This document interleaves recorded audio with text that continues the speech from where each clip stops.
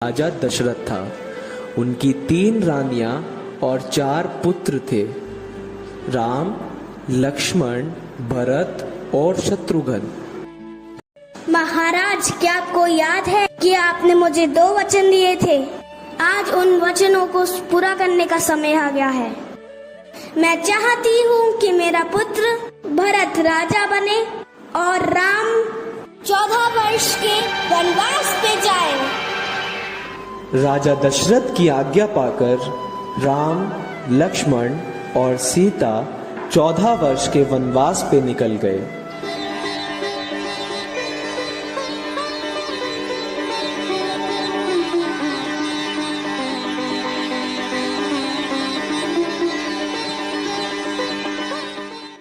हरे रंग के हिरण को देखा। अरे, कितना सुंदर हिरण है। ये तो सुनहरे रंग का है। स्वामी, स्वामी। हाँ सीते, बताओ क्या हुआ? स्वामी, मैंने वहाँ एक सुनहरे रंग के हिरण को देखा है। क्या आप मेरे लिए वो ला सकते हैं? ठीक है सीते, तुम अभी यहाँ ही रुको, मैं अभी आया।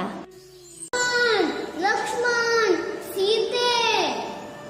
अरे, ये तुम्हारी स्वामी की आवाज है।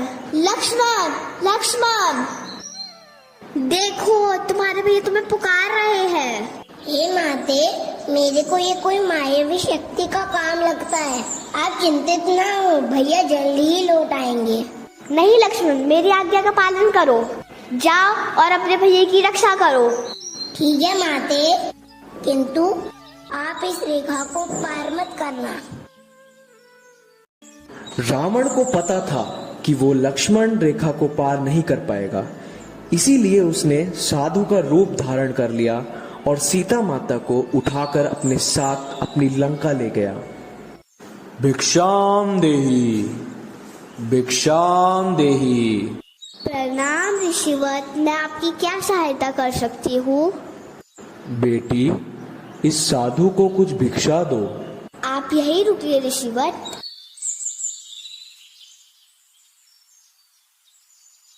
ये लीजिए। हे देवी, एक साधु का इतना अपमान! घर के द्वार से ही भिक्षा देकर भेजना चाहती हो? जाओ, नहीं चाहिए मुझे भिक्षा।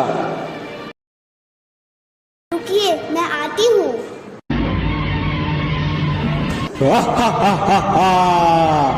मैं कोई साधु वाधु नहीं, रावण हूँ, रावण। आखिरकार मैंने तुम्हें पकड़ ही लिया। चलो मेरे साथ मेरी लंका में। बचाओ, बचाओ, स्वामी, स्वामी। सीता माता को कुटिया में ना पाकर बहुत चिंतित हुए और उनकी खोज में निकल गए। प्रभु श्री राम ने श्री हनुमान को अपनी अंगूठी देकर लंका भेजा।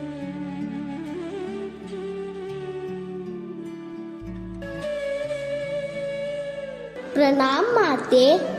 सुखी रहो पुत्र। तुम कौन हो? मैं प्रभु श्री राम का परम भक्त हनुमान हूँ। परंतु मैं कैसे मान लूँ कि तुम्हें मेरे प्रभु श्री राम ने भेजा है? ये लीजिए माते, प्रभु श्री राम ने मुझे ये आपको देने के लिए कहा है। अरे, ये तुम्हारी स्वामी की अंगूठी है। माता, आप चिंतित ना हो, प्रभु राम इस रावण का वध करके आपको लेकर जाएंगे। आप मुझे आज्ञा दीजिए माते।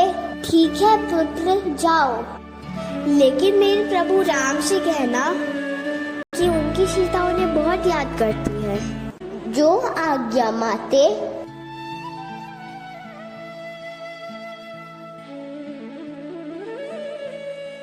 श्री राम, लक्ष्मण और हनुमान लंका पहुंच गए और श्री राम और रावण का घमासान युद्ध हुआ और जिसमें प्रभु श्री राम विजय हुए।